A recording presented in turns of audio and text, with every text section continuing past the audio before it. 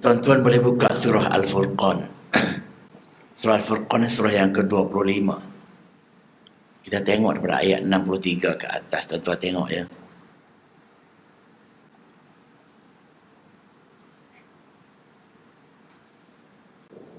Surah yang ke-25 ayat 63 ke atas tu. Sebab semua ada handphone kan.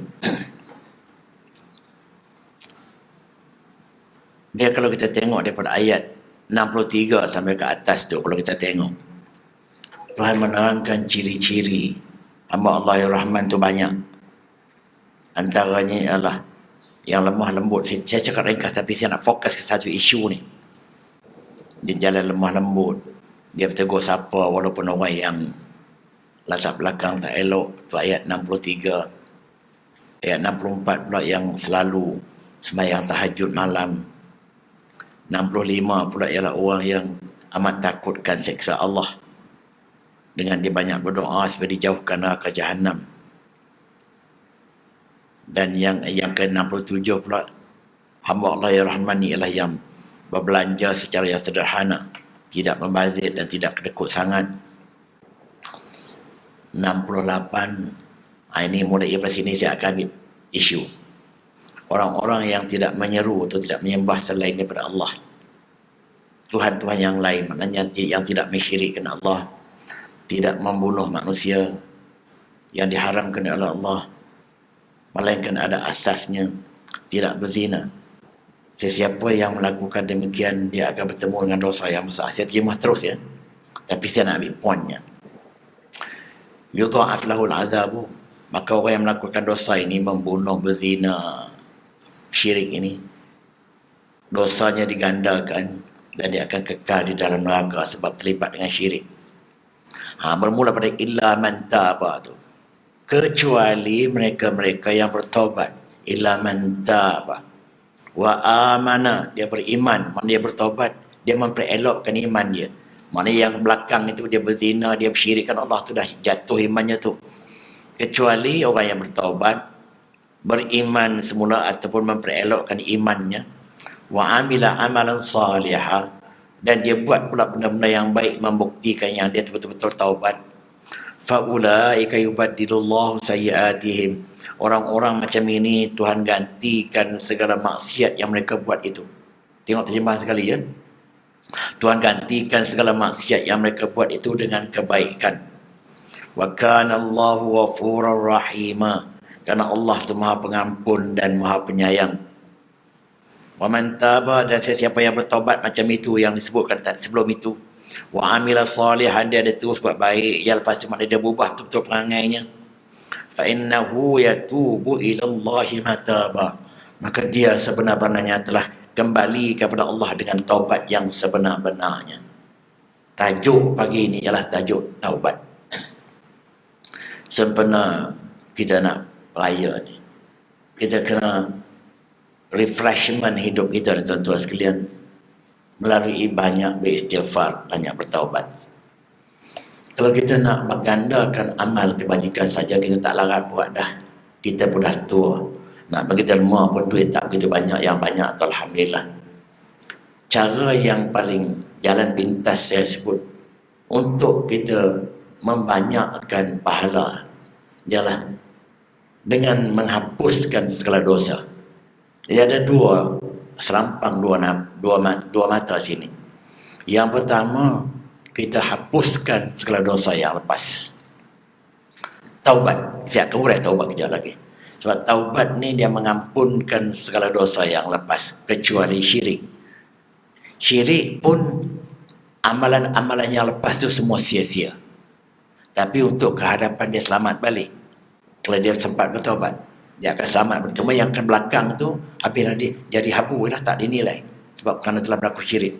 Tapi kalau tak berlaku syirik, walaupun maksiat sebesar mana pun dia buat, jangan syirik je, insya-Allah dengan taubat yang baik, taubat yang memenuhi ciri tadi, dia bertaubat, dia beriman semula dengan kuat, dia buat baik betul-betul, insya-Allah kalau bukan syirik, dosa macam mana besar pun Tuhan ampunkan, insya-Allah. Rahmat Tuhan, insya-Allah. Jangan takut tentang dosa-dosa itu. Memang kita takut pun, tapi jangan kita rasa terlalu kecewa. InsyaAllah Tuhan ampunkan kecuali taubat. Taubat pun kalau dia insaf semula akan datang selamat balik. Jadi taubat ini yang konteks pertama ni, menghapuskan segala dosa. Itu satu. Dah kita bersih dah. Hadis kata, at-taibu minaz zambi kaman la zamba lahu. Orang yang bertaubat daripada kesalahan dia seolah-olah dia tidak pernah buat jahat. Bayangkan. Itu satu. Yang kedua yang paling penting sekali, apabila tempat maksiat tu Tuhan hapuskan semua kerana taubat dia, maka tempat itu digantikan dengan kebajikan. Ini yang serampang dua mata ni. Dah taubat tu dihapuskan, dah zero dah, tak ada. Tempat itu semua digantikan dengan kebaikan. Bayangkan tuan-tuan sekalian, betapa sebab itu Tuhan sebut lepas pada itu, kerana Tuhan itu Maha Pengampun dan Maha Penyayang. Maka dengan sebab itu, siapa yang betul-betul bertaubat, saya akan uraikan bagaimana nak bertaubat sekali lagi. Dia akan terhapus semua segala dosa-dosa yang lepas, dan tempat dosa-dosa itu kecuali syirik akan digantikan dengan kebajikan semuanya. Sebab tu saya dikatakan jalan pintas menuju ke syurga dengan banyak beristighfar, banyak bertaubat. Sayyidina Umar sendiri dah masuk Islam, dah lewat dah umurnya, tapi Tuhan jamin syurga sepenuhnya. Pernah bunuh orang dan sebagainya. Ya tak? Ini tuan-tuan sekalian peranan taubat. Taubat ni satu proses pembersihan dan pemurnian jiwa yang cukup tinggi dalam semua aspek kehidupan kita. Siapa yang enggan bertaubat, dia takbur, seolah-olah dia angkuh, dia ego, dia tak pernah mengaku yang dia buat silap. Di depan manusia tak apalah, nak ambil lawyer sampai berjuta ringgit pun nak, kerana nak elak daripada kita salah, pulanglah, itu nama manusia. Tapi dengan Allah, hamba yang banyak beristighfar, banyak bertaubat, itu hamba terbaik. Nabi sendiri yang dijamin syurga, dia beristighfar dan bertaubat tak kurang daripada 70 kali. Orang yang melakukan proses taubat yang macam itu, sebenarnya dia telah bertaubat betul-betul dan dia kembali pada jalan Allah. Faham? Itu pendahuluan saya. Nanti tak, kalau aku ganggu, nanti saya nak.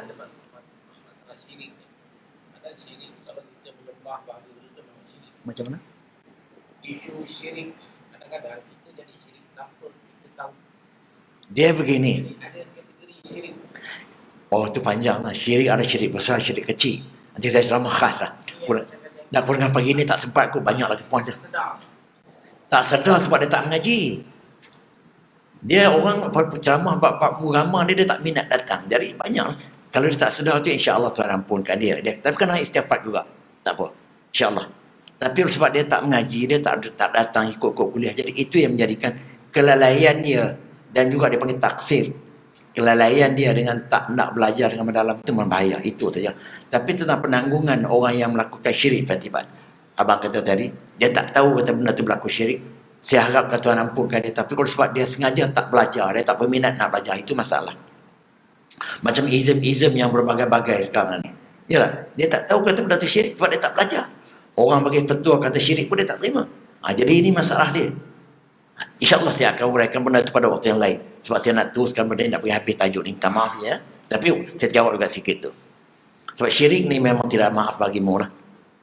Jadi kerana itu tuan-tuan sekalian, banyaklah beristighfar, banyak bertaubat sebagai jalan pintas untuk menghapuskan segala dosa dan gantikan tempat dosa itu dengan pahala, dan kita terus memperbaiki diri untuk masa-masa depan. InsyaAllah kalau saya tak lupa, saya akan cakap baik syirik saja pada satu hari kelak dengan kemusykilan ini.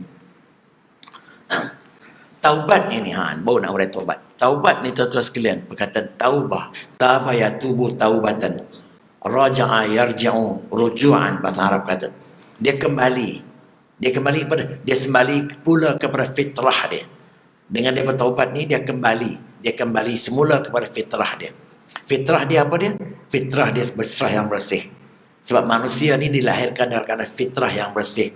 Kullu mauludin yuladu 'alal fitrah fa abawahu yuhawidani aw yunasrani. Rasulullah saya datang balik dah ganggu.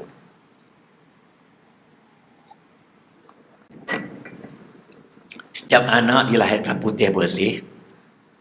mak bapak dia yang menjadikan dia Yahudi, Nasrani atau Majusi, sebab kanak-kanak tu secara fitrahnya dilahirkan bersih, maka mak bapak lah yang menjadikan Yahudi, Nasrani atau Majusi.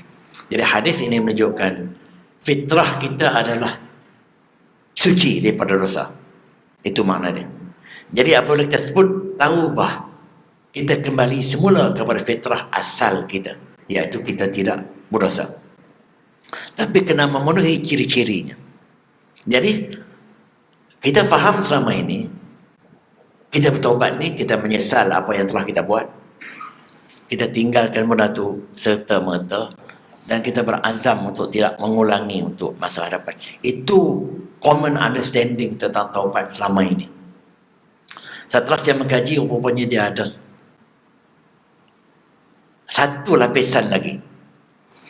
Yang pertama gini, kalau kita kata kita nak bertaubat tentang berbagai-bagai kesalahan yang kita buat, kita menyesal, itu baru separuh.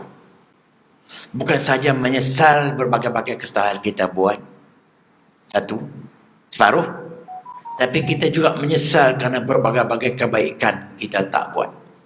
Ini yang orang tak sebut sebelum ini. Kita menyesal kerana berbagai-bagai kebaikan kita tak buat. Kita tidak berderma, kita tidak tutup aurat, kita berbagai-bagai, kita tidak solat dan sebagainya. Bermakna kita menyesal berbagai-bagai kesalahan yang telah lampau, terutamanya kesalahan haram, makruh tak apa lagi. Dan kita menyesal juga berbagai-bagai perkara yang wajib yang patut kita buat. Solat, zakat dan berbagai-bagai. Jadi bukan sahaja kita menyesal berbagai-bagai kesalahan, tapi kita menyesal juga berbagai-bagai kebaikan yang kita tidak buat. Kedua-dua, itu bukan kesalahan juga ya tak? Tapi kena dua begitu. Itu satu. Dan dia kena tinggal immediately setelah dia menyesal itu. Serta-merta dia tinggal. Katalah dia pembohong, dia begitu, dia putalik, dia berhenti serta-merta. Satu. Tapi tak cukup bagi baru separuh tu.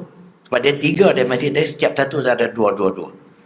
Dia berhenti serta-merta tentang tadi, misalnya dia kaki pembohong, kaki tunggu balik, kaki rasuah, dia berhenti serta-merta untuk menggambarkan yang dia dah bertaubat, insaf betul-betul. Itu baru separuh daripada kriteria yang kedua ni. Separuh lagi, di samping dia berhenti serta-merta, dia kena buat serta-merta perkara yang dia tak buat dulu tu. Yang kita sebut dalam biasanya, dia kena berhenti serta-merta je, tapi tak memadai. Dia kena buat serta-merta perkara-perkara yang dia tak buat dulu. Dia kena solat serta-merta, hutang kawan dia kena bayar serta-merta, kalau dah layak pergi haji, kalau boleh pergi serta-merta. Macam itu. Selama ni kita tak bincang macam tu. Kita bincang, kita kena tinggal serta-merta aja benda yang tak elok. Faham tak? Tapi kita tak begitu highlight tentang kita kena lakukan serta-merta perkara yang kita tak buat dulu. Jadi setiap stages itu ada dua. Kita tinggalkan segala yang tak elok, satu. Dan kita menyesal kerana kita tak buat perkara yang elok, dua. Peringkat yang kedua ni kita kena tinggal serta-merta. Satu, perkara yang tak elok, tapi kita kena lakukan serta-merta perkara yang elok. Faham tak? Yang elok mana yang wajib semuanya. Yang ketiga, dia berazam tidak mengulangi perkara yang lepas. Berazam sini ada dua makna. Ini saya bagi secara ilmiah sikit, minta maaf ya. Sebab ni saya kerucuk kitab yang muktabar.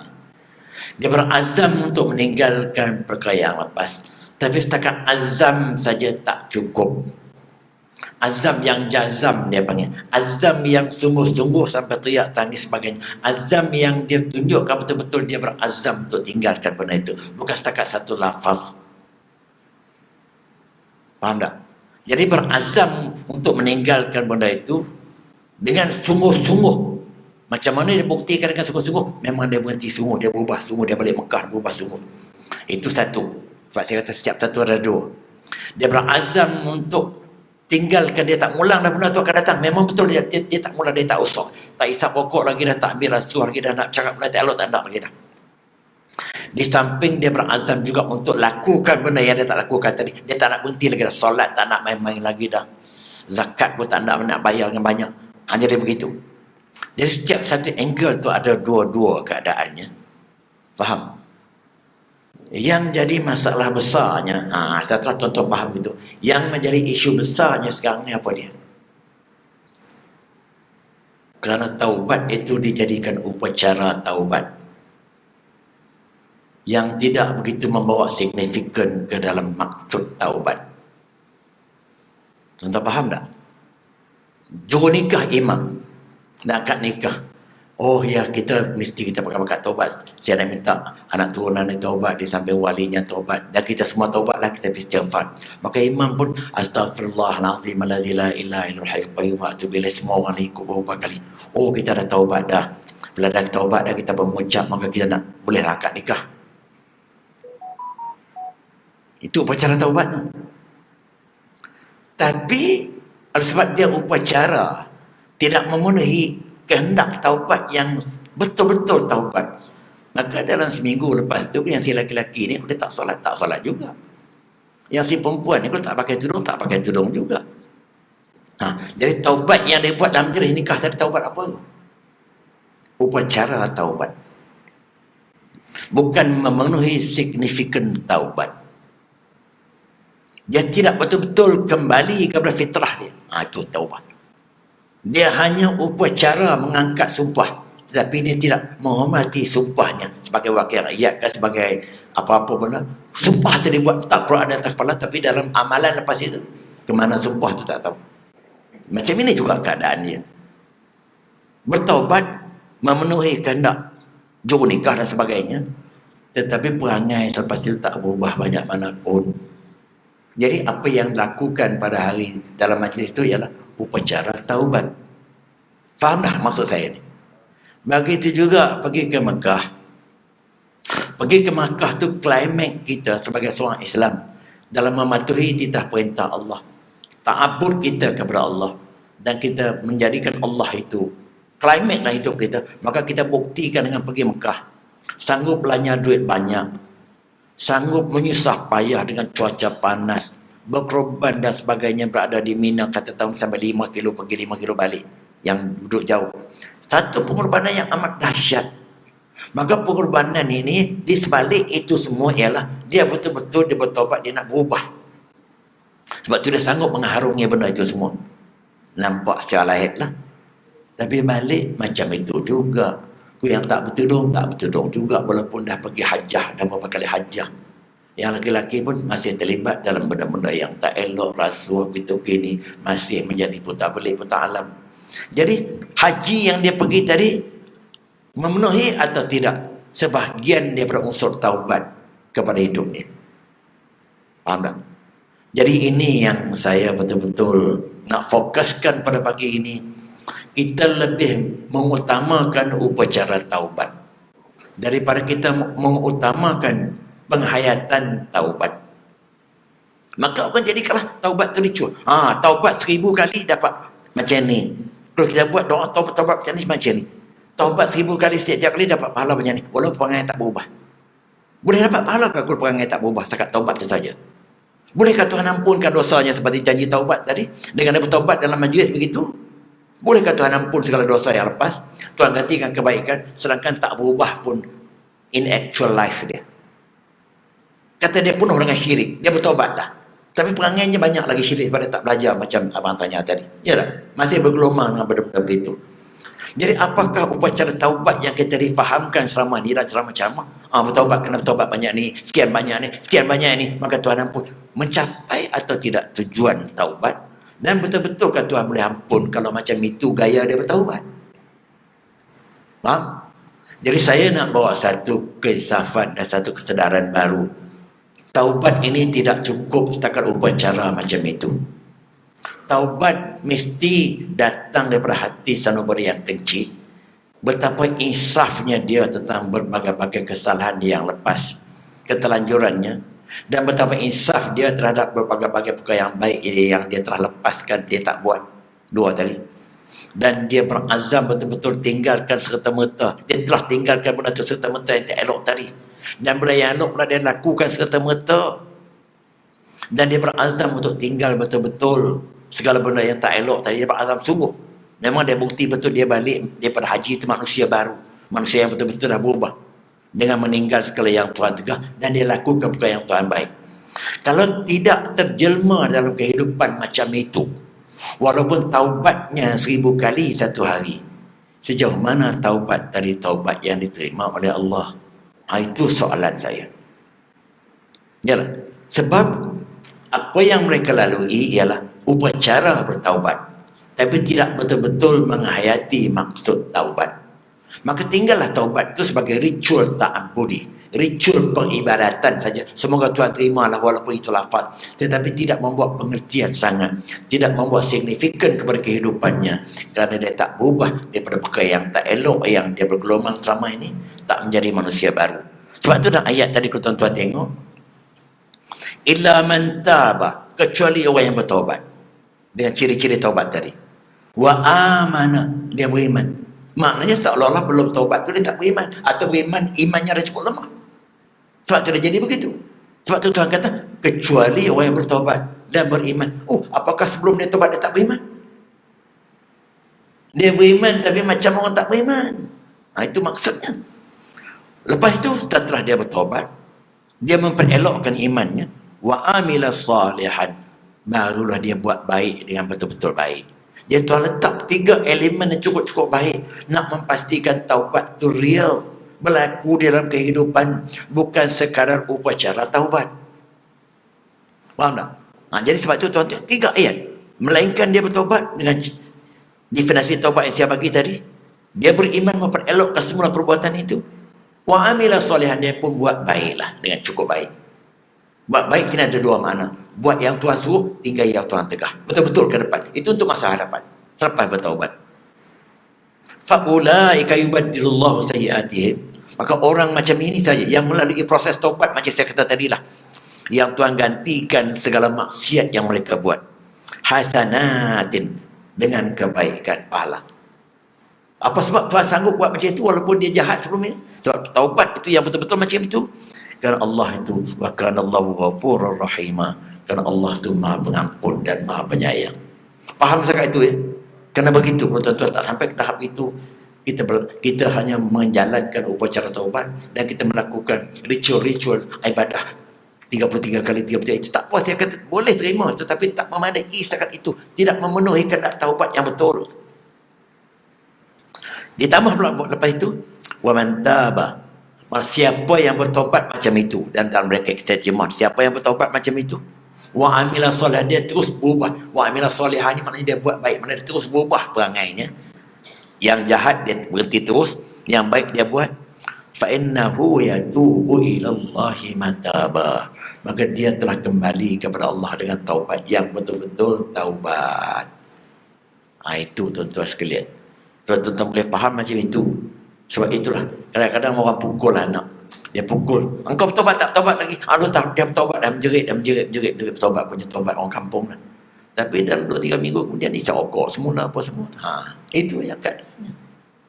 Tetapi bukan Tuhan tak terima kita nak bertaubat, nak berhenti sesuatu tu dia ambil tempoh kadang-kadang.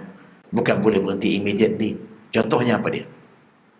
Orang ketagih rokok, takkan dia bertaubat pagi ni terus tak isap rokok kejap lagi. Mungkin dia ambil tempoh tertentu untuk dia boleh mampu meninggalkan rokok. Dia terpaksa jumpa pakar, terpaksa ambil coklat tertentu, terpaksa ubat-ubat tertentu.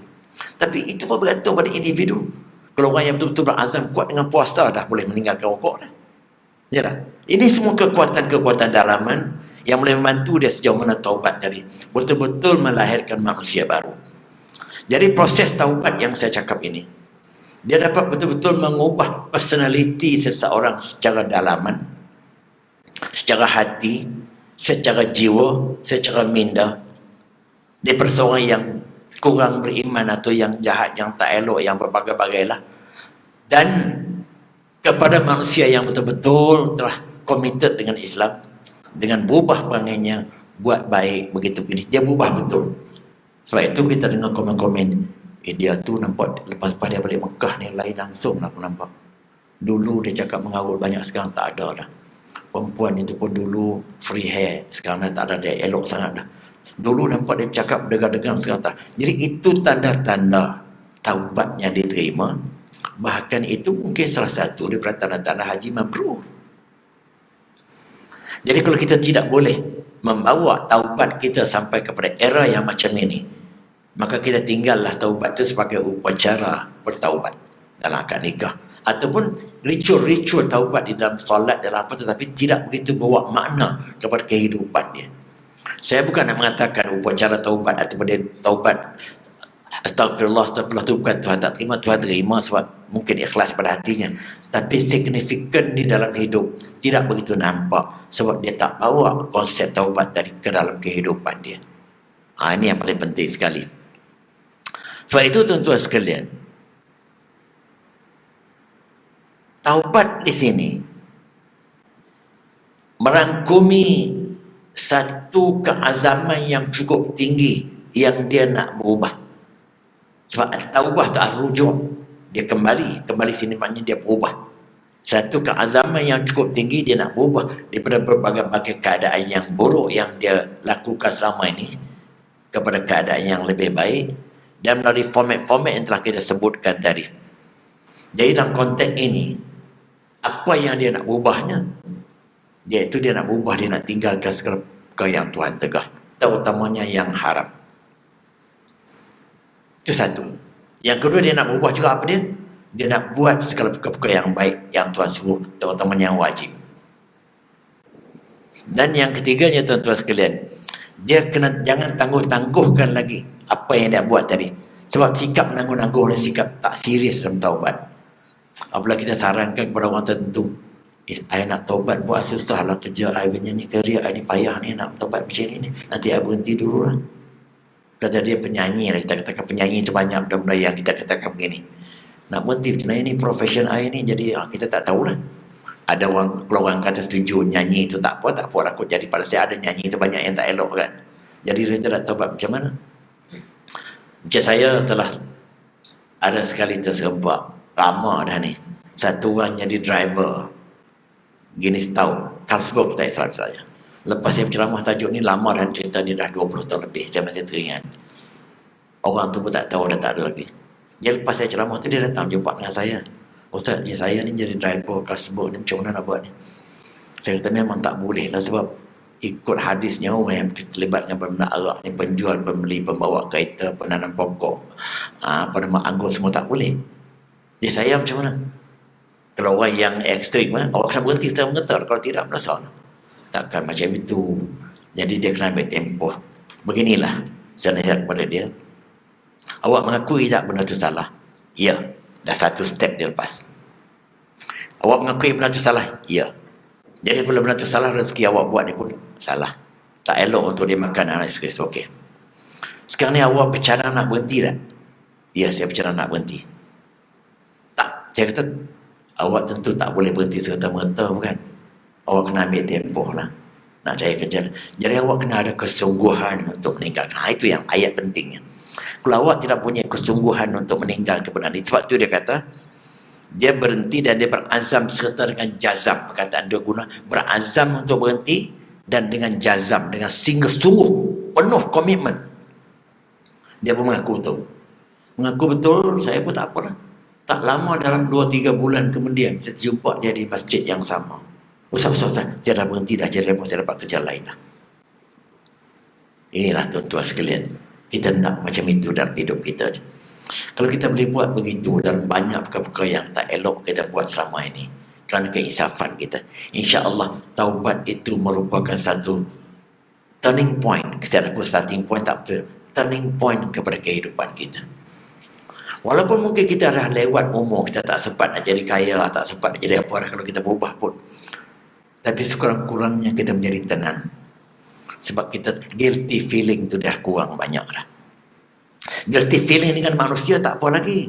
Guilty feeling dengan Allah, aku ni dosa banyak lah, begitu begini, dia rasa dah kurang dah benda tu. Kalau tuan-tuan faham betul-betul apa yang saya cakap tadi, kalau tuan-tuan beramal, perasaan guilty feeling tu dah tak ada dah. Sebab tu orang yang pernah berjumpa dengan saya, encik jangan takut, kalau dosa banyak pun encik jangan susah hati, sebab Tuhan tu maha pengampun dan maha penyayang. Yang pentingnya encik sanggup bertaubat dengan serius atau tidak. Jadi apabila guilty feeling dah tak ada dan serius dan dia berubah, maka dia mulalah datang ketenangan. Kita ni yang jadi tak tenang ni bukan kata duit tak ada apa, tapi keadaan kosong fikiran tu dengan orang ni marah, orang ni benci, orang ni kita rasa buat salah pada orang. Ini yang menjadikan kita tidak tenang. Kalau benda yang boleh jadi begitu tu kita telah whip out kerana kita telah bertaubat. Apa sebab kita bertaubat boleh jadi tenang? Kalau orang tu bermusuh orang kita pun, kita pergi minta maaf pada dia. Ada kita senang dah. Kalau kita bergaduh 10 orang, kalau kita minta ampun semua sekali, tenang banyak. Orang yang berdendam dengan kita hutang tak payah, kita pergi bayar hutang kerana taubat kita. Dia dah selesai dengan kita je. Dengan isteri misalnya, sebab isteri ni teman kita sepanjang hayat. Kita banyak lebih dengan dia begitu gini, dia pun tengok muka kita kusut, kita pun tengok muka dia kusut. Duduk rumah pun tak aman damai. Mana ada tenang. Tapi kalau kita pakat-pakat berubah, kita sebagai suami pun berubah. Dengan apa saya cakap tadi, dia sebagai isteri pun berubah. Maka rumah itu nampak lama, tapi penghuninya orang baru. Boleh terima tak? Rumah itu rumah lama. Penghuninya walaupun masih orang lama, tapi penghuninya telah berwajah baru, ceria. Apa sebab? Tadi. Sebab itu kalau suami isteri pergi Mekah dan insaf betul-betul, masing-masing balik pakat berubah. Nampak sangat keceriaan rumah tangga. Keceriaan itu terselah anak-anak pun nampak. Dia tak cakap je lah, dia tak cakap, tapi dia nampak mak abah dia lain nak balik raya ni, balik Mekah lepas ni. Anak-anak pun mula rapat dengan dia begitu. Itu tuan-tuan sekalian, hasil daripada taubat yang betul-betul sempurna. Dia mengubah pemikiran kita, minda kita, dan perubahan itu terselah kepada perangai dan tingkah laku kita. Sebab perangai dan tingkah laku itu ialah pembuktian kepada taubat. Sebab itu dia kata sebut tadi, illa man taba, yang betul-betul bertaubat. Beriman itu semua hati. Wa amila salihan, buat yang baik. Perubahan secara personal, perubahan secara action, perubahan secara tingkah laku dan perangai. Maka dengan sebab itu tuan-tuan sekalian, apabila saya sebut dimensi taubat yang luas tadi, bukan sekadar menyesal benda yang tak elok, berhenti dan berazam tak buat. Saya kata mesti tambah 3 lagi. Menyesal benda yang elok kita tak buat, kita berhenti benda yang tak elok yang kita tak buat, kita buat serta-merta, dan kita menyesal juga, kita berazam juga untuk lakukan benda yang elok. Tambah 3 dimensi lagi lah di samping tadi 3 bukan, sebab dia 1 tu 2. Maka dengan sebab itu firman Tuhan dalam surah An-Nur 31, wa tubu ilallahi jami'an, kamu hendaklah merujuk dan bertaubat kepada Allah kesemuanya. Tidak.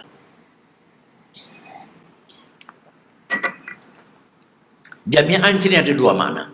Yang pertama, kamu kesemuanya, bukan 1, 2. Tapi ada satu tafsiran tambahan lagi. Semua bentuk kesalahan, tak lakukan yang baik, meninggalkan yang buruk. Yang tadi kita kata tinggal yang buruk je. Tapi kesemua bentuk yang dikatakan tak baik tadi, apa dia? Tak buat yang baik, tinggal yang buruk. Makna kita buat yang buruk, tinggal yang baik. Kemudian berazam, tinggal serta-merta, dia tinggal yang buruk tapi tak buat juga yang baik. Tak cukup. Kemudian berazam untuk tinggalkan, dia berazam tinggalkan yang buruk tapi tak berazam untuk buat yang baik. Jadi pemahaman yang komprehensif macam inilah yang dikehendaki kamu dalam bertaubat kepada Allah dengan taubat kesemuanya. Jangan pilih-pilih. Semua perkara yang tak baik dalam berbagai-bagai bentuk tadi, tinggalkan kesemuanya. Wahai orang-orang yang beriman. Barulah Tuhan sebut orang yang macam itu, wahai orang yang beriman, la'allakum tuflihun, semoga kamu berjaya. Tuan-tuan rujuk surah An-Nur 31. Mana Tuhan kaitkan bagaimana taubat yang begitu rupa, taubat yang komprehensif macam saya sebut tadi, itu orang yang betul-betul beriman, dan orang yang beriman macam itu yang boleh membawa kejayaan. Tuan-tuan tengok bagaimana kaitan taubat yang komprehensif, yang menyeluruh, boleh membawa kepada kejayaan. Kejayaan secara individu, kita berubah secara personal kita. Kejayaan dalam rumah tangga pun banyak-banyak benda tak baik itu kita cuba betul-betul. Banyak aspek lah. Maka dia akan menjadi, semoga kamu berjaya. Tetapi sebaliknya, jika kita tidak bertaubat macam itu, masih menjadi upacara, masih banyak lagi benda-benda yang tak elok kita masih buat, benda yang elok kita tak buat, ataupun kita kata taubat yang tak membawa kepada perubahan sikap lah. Maka Tuhan sebut surah Al-Hujurat ayat 11, wa man lam yatub fa ulaika humuz zalimun, Sesiapa yang tak bertaubat, mana walaupun bertaubat tapi tak seperti itu, dikira macam tak bertaubat lah. Sesiapa yang tidak bertaubat, maka orang-orang yang macam itu ialah orang yang zalim. Apa sebab dia zalim? Dia tak nak bertaubat. Sebab dia sengaja tak nak bertaubat, tak nak mengaku salah di depan Allah. Itu satu hal. Itu zalim. Dalam ayat Quran tertulis al-zalimun dengan al-kafirun, al-musyrikun itu selalunya digandingkan. Sebab itu dalam ayat surah Luqman disebut inna syirka la zulmun azim. Sesungguhnya syirik itu satu kezaliman. Jadi perkataan zalim dengan dalam bahasa Arab Al-Quran ini kadang-kadang digandingkan dengan syirik dan orang kafir. Apa sebab? Apabila dia tak nak bertaubat, dia zalim pada dirinya, iaitu dia terdedah kepada azab Allah. Dia zalim pada orang lain. Kalau dia masih tipu daya, dia masih menyeleweng, menyusahkan orang lain karena tak bertaubat. Ya tak? Dan dia menyusah pada masa depan dia. Dia bakal menjadi penghuni neraka. Sebab itu telah sebutkan orang yang tak bertaubat macam itu, orang ini adalah orang yang zalim. Saya mula-mula apabila saya tak membaca tafsiran macam ni, saya ambil literal meaning gitu aja. Ya tak? Rupanya dia ulas macam itu cara dia. Maka dengan sebab itu tuan-tuan sekalian, rangkuman pemahaman taubat yang komprehensif macam ini, saya yakin apa yang saya cakap ni komprehensif lah dalam konsep taubat. Maka Tuhan sebut ayat yang khusus nak menceritakan taubat itu rangkuman kepada semua itu. Tuan-tuan buka surah At-Taubah khusus mengenai taubat ayat 112. Seronoknya tuan-tuan sekalian, yang pertama saya tengok fokus orang sini bagus. Sebab tu saya seronok datang tempat orang cerdik-cerdik pandai ni. Fokusnya bagus. Kemudian setiap orang pula At-Taubah ayat 112. Kemudian setiap orang pula ada handset, boleh tonjok dengan cepat. Buka ayat Taubah 112. At-taibun al-abidun. Betul ya? At-taibun al-abidun al-hamidun as-saihun ar-raki'un as-sajidun al-amirun bil ma'ruf wan nahun 'anil munkar wal hafizun li hududillah. Jumpa semua ya? Okey, alhamdulillah.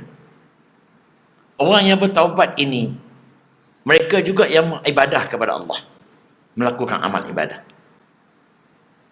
Al-hamidun, selalu menyanjung dan memuji Allah. As-saihun, mereka selalu musafir dan mengembara mencari kebaikan dan sebagainya. Ar-raki'un, mereka selalu rokok, maknanya selalu melakukan ibadat solat dan lain-lain. As-sajidun, tunduk patuh. As-sajidun ni bukan saja sujud, tapi tunduk patuh sujud kepada Allah.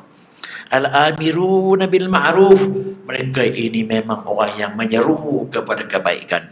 Wan nahuna 'anil munkar, mereka ini juga yang mencegah perbuatan-perbuatan mungkar.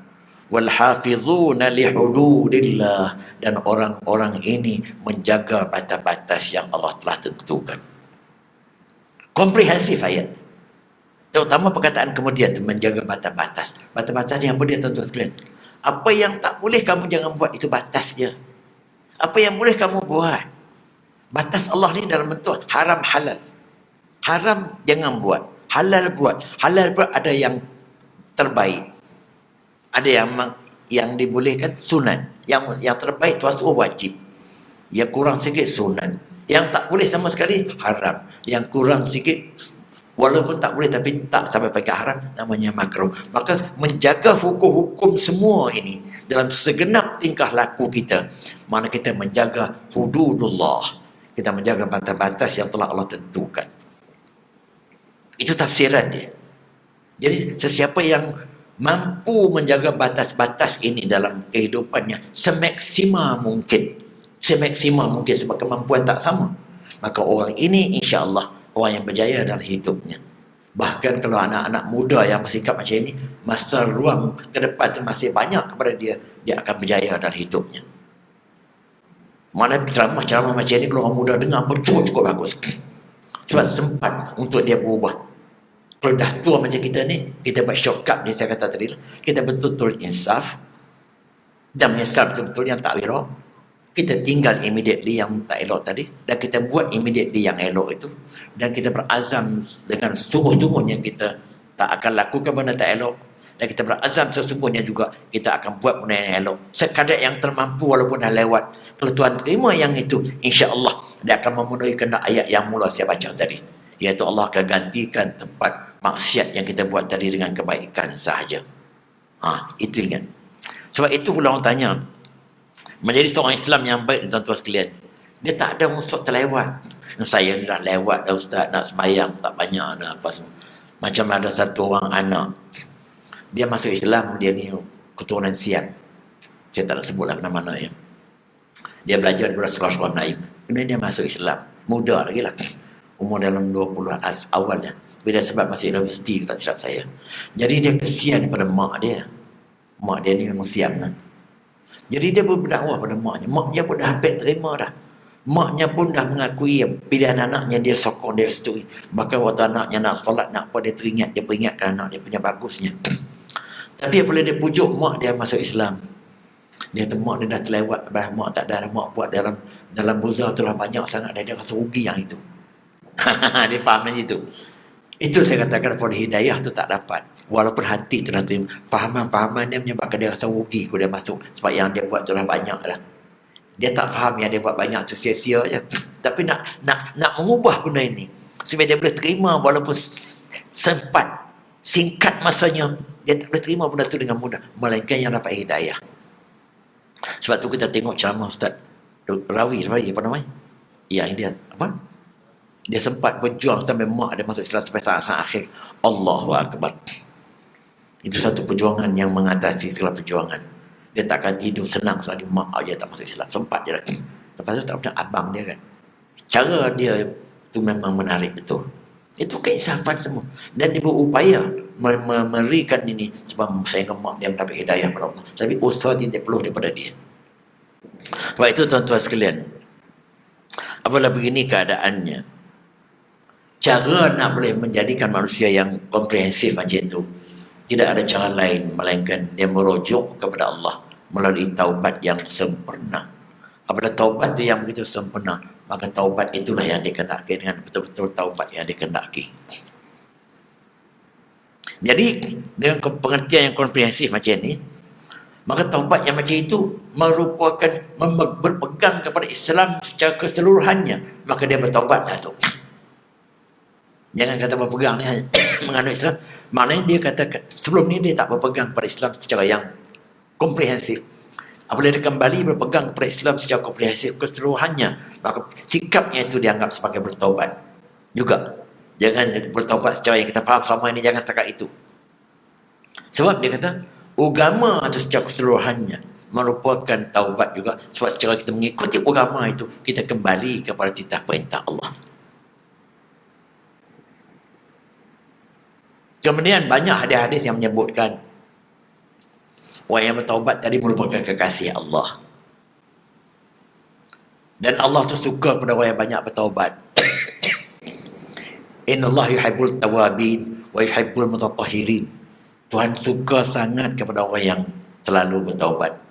Wa yuhibbul mutatahhirin, dan suka sangat orang yang menyucikan kehidupan dia. Bagaimana nak dikatakan orang yang menyucikan kehidupannya? Dengan mengelakkan benda yang tak elok, dengan buat benda yang elok. Macam cuci pakaian, macam mana kita cuci pakaian? Basuh, buang segala kotoran, ganti dengan pewangi-pewangi tertentu je lah. Kalau tak pewangi pun dah tak apa dah. Kalau dia boleh pewangi lagi baik. Kata dia berhenti dah, dia buang dah segala kotoran pakaian tadi. Selesai dah tu. Masuk, basuh dah keluar, pewangi pula lagi elok. Misalnya perangai je, dia buang dah perangai tak elok. Dia pun bertobat, dah okey dah selesai. Tapi dihiaskan dengan perbuatan-perbuatan baik. Itu yang dikatakan bagaimana taubat, tuan-tuan sekalian. Taubat itu betul-betul merupakan satu, pada saya, turning point lah ke dalam kehidupan kita. Turning point. Ya tak? Ke dalam kehidupan kita. Tidak ada cara lain yang mengatasi hal itu. Dan benda itu mesti berlaku dengan penuh ihsan. Sebab itu, apabila dia buat begitu dengan cukup baik, maka segala amal ibadatnya akan sampai kepada makam ihsan. Kan ihsan dalam hadis Nabi yang terkenal tu, datang Jibril, dia tanya Nabi sebagai menyamar sebagai student, apa itu Islam? Nabi jawab 5. Apa itu iman? Nabi jawab 6. Dan soalan yang ketiga di samping soalan lain, apa itu ihsan? Ihsan itu ialah makam yang tertinggi dalam ibadah kita. Apa dia? Kita menyembah Allah sama seperti kita, seolah-olah kita melihat dia. Walaupun dia tak melihat kita tak melihat dia, tapi dia melihat kita. Mana kita menjiwai amal ibadah kita itu. Mana kita, macam kita semua orang solat ni, kita tengok semua orang solat. Tapi berapa ramai yang betul-betul menjiwai solatnya, yang memenuhi kehendak ihsan tadi. Belum saya pun mungkin jadi rendah daripada ketentuan sekalian. Tuhan yang tahu. Jadi apabila orang yang telah bertaubat macam tadi, dengan serius dan dia berubah betul, dia dapat memenuhi kehendak ihsan dalam ibadah ini. Oh, apabila dia memenuhi kehendak ihsan dalam ibadah ini, dia derma 10 ringgit tu mengatasi saya derma 100 tu. Kalau betul-betul makam itu. Kita derma 1000 tu buat masjid, mengatasi orang lain yang derma 10,000 tu kalau tidak sampai pada makam itu. Sebab ketulinan derma, ketulinan itu bergantung pada makam ihsan dalam dia buat ibadat dia. Ketulinannya. Apa dia ketulinan dalam amal ibadat? Apa dia tulisnya? Ikhlas mata-mata kerana Allah dan menepati kehendak hukum syarak. Nak menepati kehendak hukum syarak itu mudah. Pandai baca hukum, pandai baca kitab, tahu salah tak salah, batal tak batal, okey, boleh capai. Tapi nak mencapai keturunan ikhlas semata-mata kerana Allah itu agak susah nak mencapai dengan markah tinggi. Dan orang yang bertaubat macam tadi ialah salah seorang calon yang boleh sampai kepada makam tersebut. Wallahu a'lam. Saya kata saya telah capai tujuan yang saya hendak saya kuliah pagi ini. Maka sebab itu sekali lagi saya ulang, salah silap tu saya, yang benar itu daripada Allah. Besok kita hari raya Korban, sekali lagi saya mohon maaf di atas berbagai keterlanjuran saya. Sebab penampilan saya sini di antara yang paling lama atau yang terlama sekali. Sebab saya di Masjid Al-Hasanah pun tak kurang daripada 26 tahun. Itu disahkan oleh Imam Zuhairi sendiri. Sebab waktu dia masuk itu dah 26 tahun. Tapi 2 tahun sebelum tu saya dah masuk dah. Sebelum dia jadi imam penuh tu. Takzian waktu. Dia masuk balik, dia ada kali. Lepas tu di sini tak lama, lepas tu di sini. Jadi Alhamdulillah dah pihak. Dah generasi yang sama dengan saya pun dah banyak dah.